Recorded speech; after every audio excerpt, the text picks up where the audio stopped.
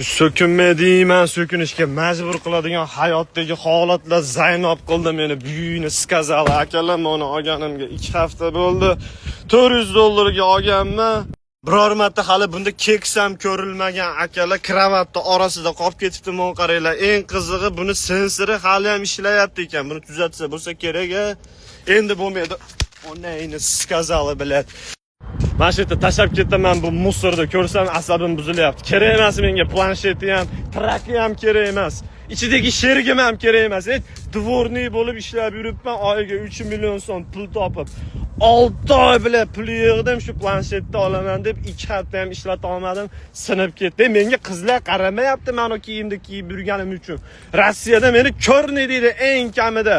Mana drift qilgan rosa zo'r joy ekan. Qaranglar akalar, inomarka mashinalar bo'lsa rosa o'xshatsanglar. Itam yo'q, hech kim ishi bo'lmaydi.